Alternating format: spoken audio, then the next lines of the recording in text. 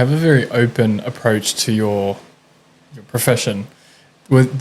Growing up, did you have any role models in the industry that kind of motivated you to open up your own clinic? And yeah, so I was really lucky so my first chiropractic experience was when I was 15 or 16. My dad took me to his chiropractor when I started having some back pain with school, and I got to have a really great relationship with my boss. And then he ended up, I used to be like a receptionist on Saturdays for him when I was still at uni. So it was nice because I remember this one time I was having this like crisis and I was like, I don't know what I'm doing. In the bachelor, there's so much chemistry subjects, like I'm hating it. Like I don't really feel like this is a reflection of like the career.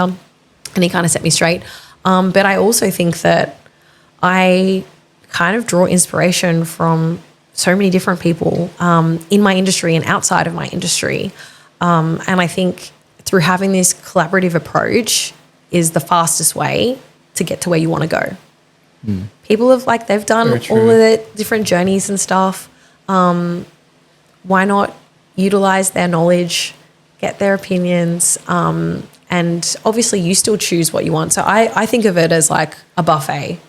Like it's your plate. All those options you get to choose. Smorgasbord. You pick and choose what you want on your plate. No one's forcing you to eat everything. But if I went to a buffet and they were missing like a dessert bar, I would feel ripped off. So for me, I'm like, I want to get access to like as much knowledge, and I'm as open with sharing as I am with asking for advice and opinions. And I feel like that's just, the best way to live life. There's no stupid question, right?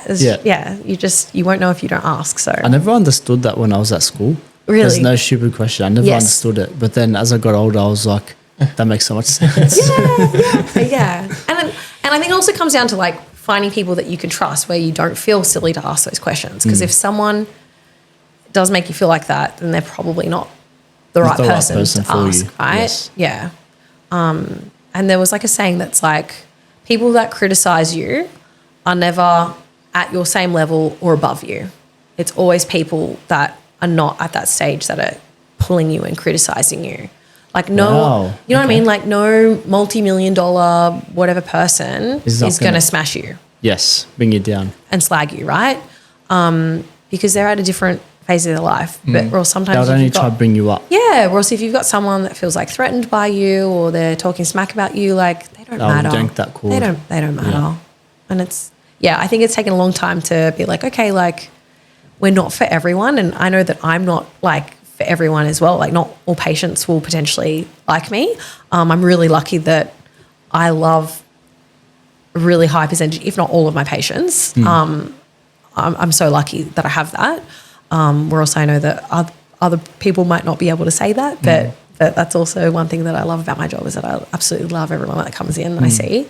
And that adds to why it's so rewarding. But I also know that if I'm not someone's vibe, that's totally okay. And you're not for everyone. Yeah, and that's okay. Whereas I think when you're starting off, oh my gosh, try to get they don't like in the me. door. They don't this and that, but they just haven't found their person yet, and that's okay.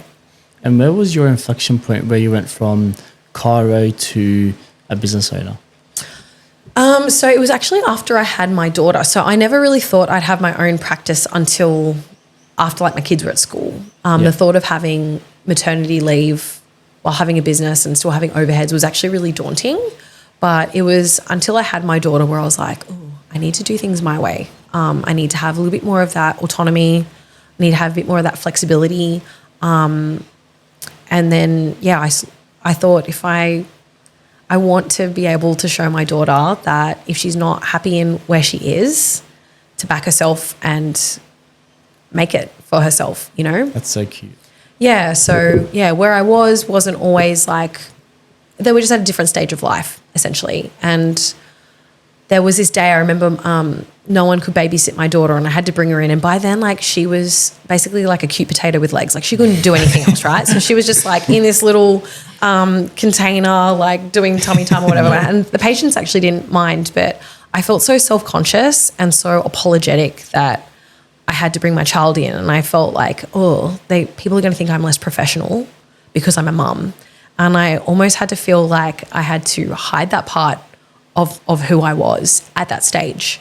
And that just didn't sit right with me. I thought this is like such a privilege to be in this position.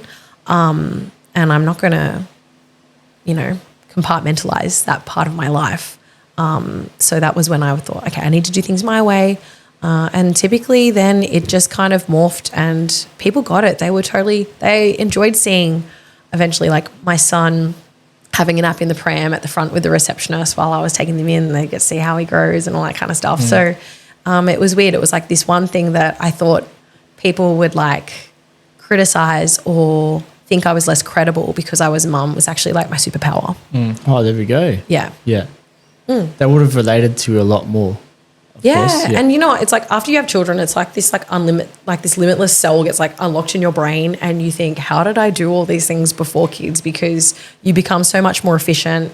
How you think is different. Like I think a lot of people talk about mum brain like it's a deficit, but you get this clarity and this perspective of what really matters. And you're in the driver's seat. Yeah, it's superpower, right? You just, you can do all these things. Like, how did I multitask? I was like, I hardly was multitasking before kids, and now you're doing all these things at the same time. They're doing 10 things at once. 100%, yeah. Do you find it's easier to approach clients with analogies? I do. When it comes to like injuries? I feel like sometimes, because I think if someone doesn't understand what you're saying, you haven't said it in a way that they understand. Gastrocnemius hurts. I think sometimes people will not spend the time to educate their patients because they're like, they won't get it. That's such a cop-out. Like you just don't want to waste your time or spend your time explaining it to them. But taking that time in that moment is going to serve both of you better long-term because they get it, they understand, they're empowered, they're on the same train as you. Yeah. Or else if you think that they don't get it, like I'm not the smartest person. There's so many things that I don't know, and you're going to have patients that know more about their industry than you, but it doesn't mean that they can't explain to me what they do, and vice versa. So I just think a lot of the time it's laziness where people don't spend the time to educate because that's not always the best financially. Like, I'm going to be slower when I see people. Still, you're getting less people coming in because you're taking time with them. So other places be like, we don't want that. We want your numbers up. We want you to be faster. We want to pump all these people through, and that's just not how I roll. And that's not really how I roll with the quick turnaround. Like I wouldn't be able to fit 3 people in a 15-minute session. Like that would just be wild, and expect to do my notes and do all these different things. So I think it just really depends on that person. But I use a lot of analogies because I feel like that's what they then understand. Yeah. You being in the driver's seat, you take control of your car. What are some routines and rituals or habits that you provide in your life to maintain this level of upbeat, aura about yourself? A few different things. So I think I've also realized that if I'm not mentally great or I'm not physically great, they both affect each other. So I've got rheumatoid arthritis, so I've had to kind of learn how to read my body a little bit more and I am aware of being burnt out, right? So I make sure that I'm looking after myself mentally and physically. So physically, I do Pilates now. I wish I subscribed to that much earlier in life because now like the low joint impact is really great, and to get that functional strength back, fantastic. Obviously, because I'm teaching aquanatal, I'm in the water twice a week, and I think that is one of the secrets to sending a peace offering to your body. Yeah. And I'm telling patients, if you don't walk regularly or whatnot, get in the pool. That's also going to do you well. Just walking that's going to help with age, 100%. Low joint impact. But also mentally, like every now and then I check in with a psychologist. I don't think that there's any issue with that or stigma with that. It's so insightful to be able to have someone on the outside, looking in and having someone to bounce that off. I think also I've got a fantastic village. I'm really lucky that I have a really supportive partner, a really supportive family, and I've got really supportive friends. And I think making that time to check in on them and vice versa, that also fills my cup. And I think that's also what's helped me, be the way that I am, because, I definitely wasn't like this all the time. But I've been in those last 5 years, I've been really able to finesse what works for me and let go of things that don't serve me. And I think for a long time you think, I owe it to this, I've done it for this long, but you can't always look at that stuff as a return on investment. I think sometimes it's okay to cut and run if you need to. Yeah, your priorities change. Yes. I think I've pretty much what I do, a little bit of everything, but I think that's just what I like, that novelty, I guess, that variety.